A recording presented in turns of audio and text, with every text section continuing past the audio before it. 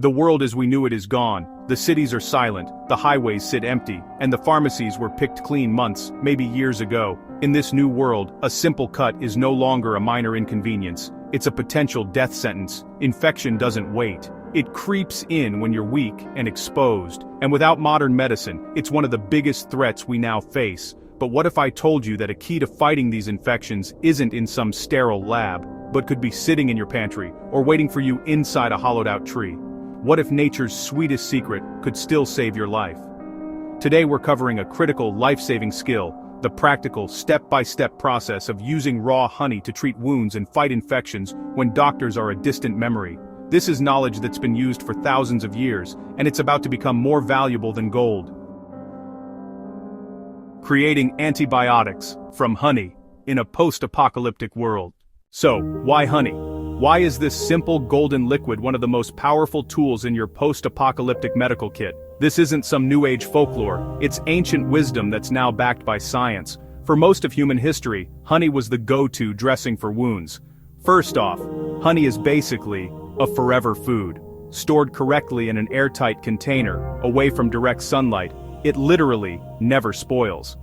Archaeologists have found pots of honey in ancient Egyptian tombs that are thousands of years old, and still perfectly edible.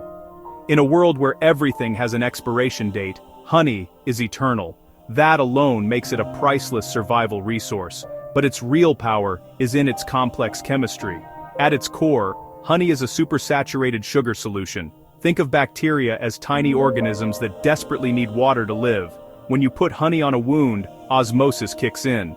The honey, having almost no water, starts pulling moisture out of everything around it, including any bacteria. It essentially dehydrates them from the inside out, making it impossible for them to multiply. Second, honey is highly acidic, with a pH between 3.2 and 4.5, which is way too acidic for most bacteria to handle. This acidity also does something amazing for healing. It nudges your blood to release more oxygen at the wound site, which is critical for helping new tissue grow. The third, and maybe the most incredible property, is that honey makes its own antiseptic. Many raw honeys contain an enzyme called glucose oxidase, put there by the bees themselves. This enzyme is dormant until the honey is diluted, say by the fluids from a wound. This activates the enzyme, which then starts producing small, steady amounts of hydrogen peroxide right inside the wound. Unlike just dumping hydrogen peroxide on a cut, which can damage your tissue, this is a slow, continuous release. It's like having a microscopic, self-regulating antibiotic factory that's constantly cleaning the wound without harming healthy cells. On top of all that, its thick, sticky nature creates a physical barrier, keeping airborne germs out, while maintaining a moist environment that's perfect for healing and minimizing scars. It helps reduce inflammation, and even lifts away dead tissue and gunk, cleaning the wound from the inside out. And here's the kicker: bacteria don't seem to build up resistance to honey like they do with our modern antibiotics. That's because honey attacks them on multiple fronts at once. It dehydrates them, the acid is hostile, and the hydrogen peroxide chemically destroys them. This makes honey a broad-spectrum weapon, effective against a whole range of bacteria, including dangerous ones like Staphylococcus aureus. Understanding the why is great, but in our world, knowing the how is what keeps you alive. So, let's get practical. Imagine you've taken a fall while scavenging and have a deep, dirty gash on your forearm. Panic isn't an option, action is. Here's the protocol. Step 1. Source the right honey. This is the most critical step. Not all honey is created equal. That clear, runny stuff in the plastic bear has often been heavily processed and pasteurized, and that heat destroys the very enzymes that fight infection. You need raw, unprocessed, and unfiltered honey. Look for honey that's opaque, thick, and maybe even crystallized. Crystallization is a good sign it hasn't been overheated.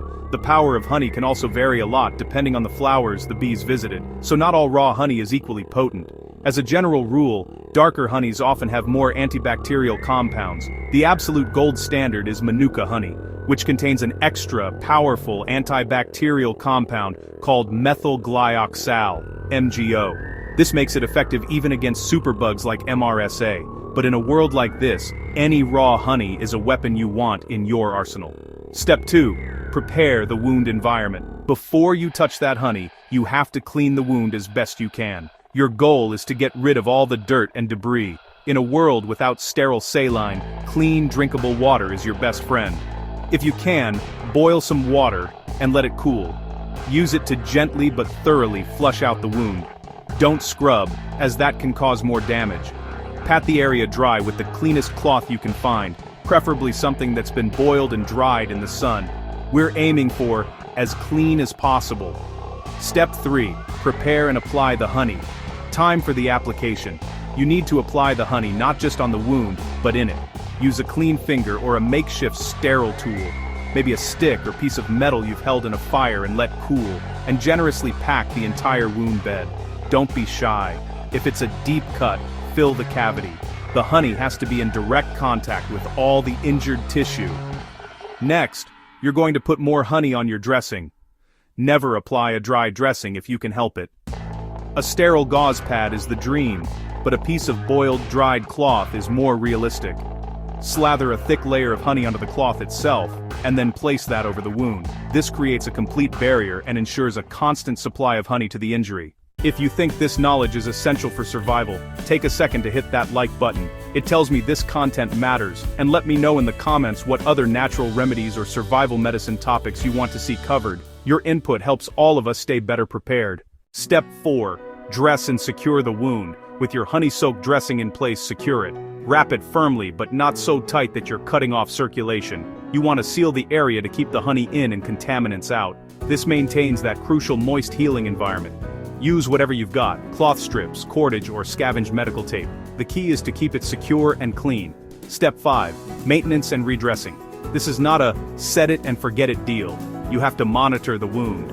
At first, especially if the wound is weeping a lot, you might need to change the dressing once or twice a day. Each time you change it, repeat the process. Gently clean with cooled, boiled water, and reapply fresh honey in a new dressing. As it starts to heal and produce less fluid, you can change it less often. Look for good signs: less redness and swelling, the growth of new pink tissue, and a decrease in pain. But also be vigilant for signs of a worsening infection. Increased pain, a foul smell, dark streaks spreading from the wound, or a fever. Honey is a powerful tool, but it's not a cure-all. This is your first line of defense, designed to stop an infection before it takes over your whole system. Honey's usefulness doesn't stop at your skin. It can be the base for other powerful remedies you can take internally. A simple and potent option is a honey-garlic infusion. Garlic is another natural powerhouse with well-known antibacterial properties. To make it, finely mince several cloves of raw garlic and mix them into a jar of raw honey. Let it sit for at least a few days, a week is even better, to let the good stuff from the garlic infuse into the honey. A spoonful a day can help boost your immune system, or fight off the first signs of a sore throat or cough. You can also use raw honey by itself to soothe a sore throat or quiet a cough, which can be a lifesaver when you need to stay quiet or just get some rest. Its thick consistency coats the throat, giving you relief, while its antimicrobial properties help deal with the irritation. In a world this uncertain, where the old systems have crumbled, knowledge is your greatest weapon. Understanding the power in simple natural resources is the difference between being a victim of your circumstances and being a survivor. Honey is so much more than a sweetener. It's a first aid kit in a jar. It's an antiseptic, an antibacterial, and a wound dressing that has been proven for millennia. Learn this skill. Stockpile raw honey. It will be more valuable than ammunition. And teach it to your community. Because, when help isn't coming, we have to be the help. Stay prepared, stay safe, and don't forget to subscribe for more essential survival skills.